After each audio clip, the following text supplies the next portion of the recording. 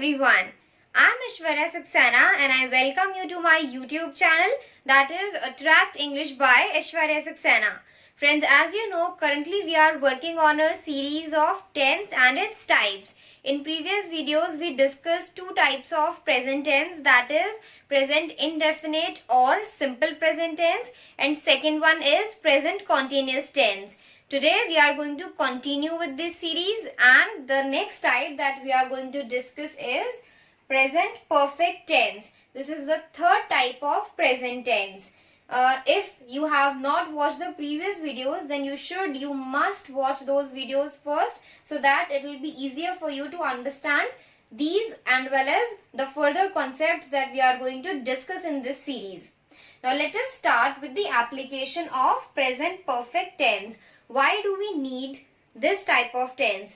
See, whenever an action has completed just now, okay, in present, then in order to talk about such actions or events, we use present perfect tense. It means present perfect tense deals with such actions or events that have completed just now in present. They have completed, they are not in process, but the completion has taken place just now in present. That is why we need present perfect tense. Now, let's talk about the format for framing sentences in present perfect. The sentence will always start with a subject. Subject is a noun or a pronoun. Noun is name. Name of any place, person, thing, anything. A name or a pronoun. Pronouns are those words that replace or describe noun, like he, she, it, they, etc. Then plus has or have. See, has is always used for a subject that is singular as well as third person. Okay? And have is always used for a subject that is either plural or first or second person. Okay? Then plus third form of verb. This is the past participle form of verb. There is a complete chart present at different websites and books. So you can go through different verb, their first, second, third and so on forms in order to understand. Because third form of verb is something which you really need to have a look at, and then you will be able to understand that how do you have to use this form. Then plus object. Object is a word which gives an answer to questions like what, when, which, who. Okay, these adding these words like objects to the sentence make the sentences more meaningful or complete the sense of the sentence, and that is why we use object. Now let's make this complete format more clear via examples. First is Rahul has read newspaper. Rahul is name of a person. Okay, it is subject because it's noun. Then has. Why has? Because Rahul is third person. We are talking about Rahul. See, if I am talking about Rahul, then I am the first person.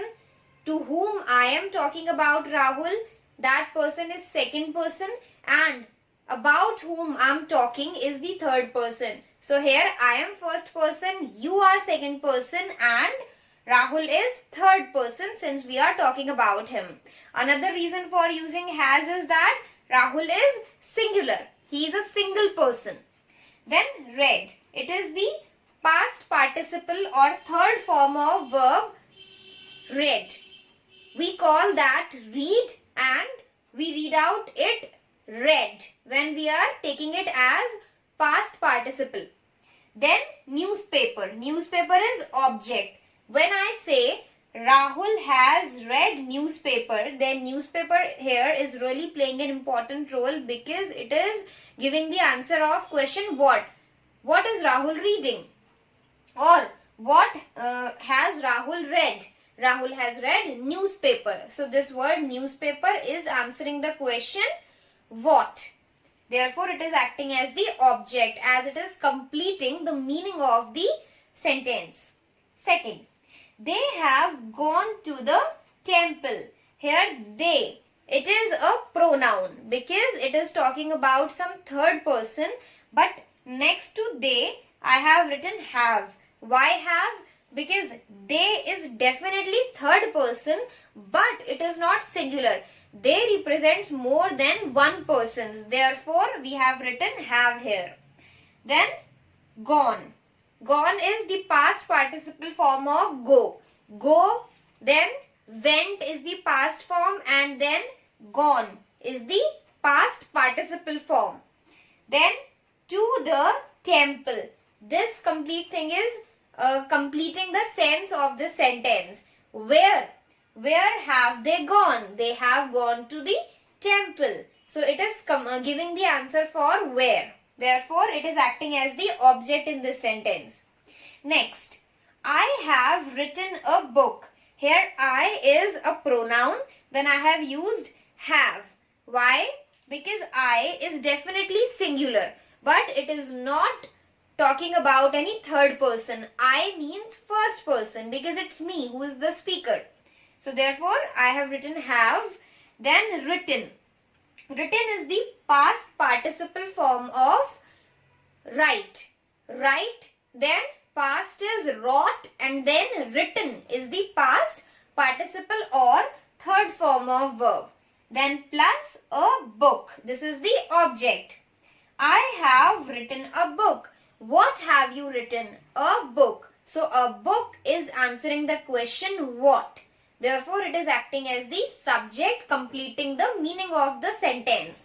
So this is how we frame sentences in present perfect tense using this particular format.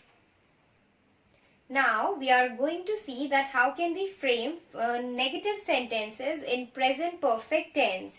See, if you know the format for framing normal sentences in present perfect tense that we have discussed in the last slide, then it will be very simple, very easy for you to frame negative sentences also, because we are following exactly the same format for this. The only change, the only difference is that we are adding a not after has or have in order to make the sentence negative. Okay? Sentence will start with the subject, that is going to be either a noun or a pronoun as we have discussed. Then we'll use has if the subject is third person plus singular, and if not, then we'll use have. Then plus not, this is going to be used as it is. Then plus third form of verb, that is the past participle form of verb, and plus object. Okay, so this is the format for framing negative sentence in present perfect tense. As you can see, the format is absolutely same. The only difference is that we have added a not after have. Let's discuss examples. I have taken the same examples, and for the rest of the video also I am going to use same examples so that you will be able to notice the difference between different things, different formats that we are going to use throughout this complete video. Okay, now let's see. Rahul has not read newspaper. This is the same example. Earlier it was Rahul has read the newspaper. Now Rahul subject, then has, because Rahul is singular as well as third person.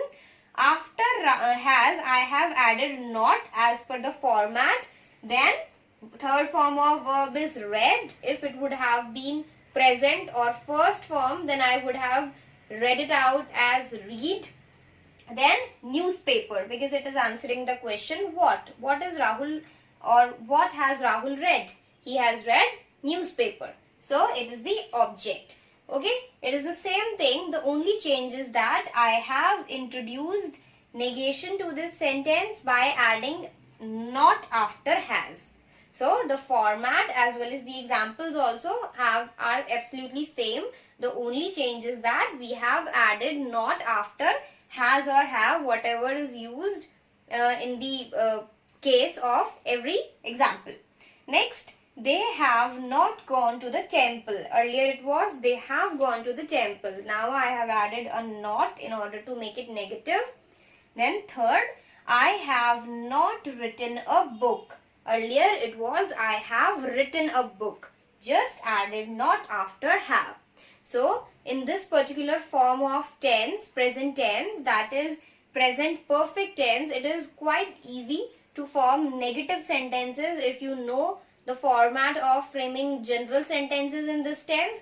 But in the case of simple or present indefinite, it is quite complicated. So better, if you have not watched that video, then go through that also, because there we have introduced the case of does and do.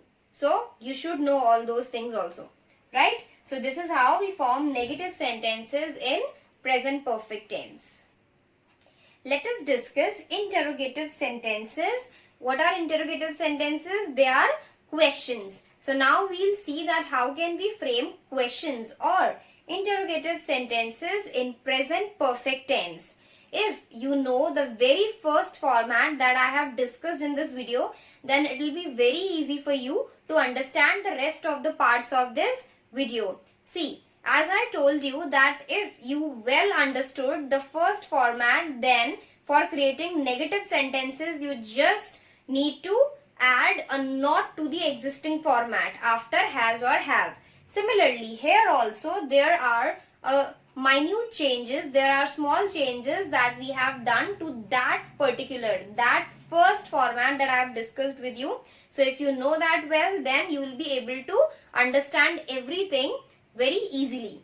See, the sentence or the question starts with either has or have in present perfect tense. You will start the question with has if the subject is singular plus third person, and you will use have if it is neither singular nor third person, or if any one of these two conditions is not satisfied. Okay, then plus subject. Subject is going to be either a noun or a pronoun. Then plus third form or past participle form of verb.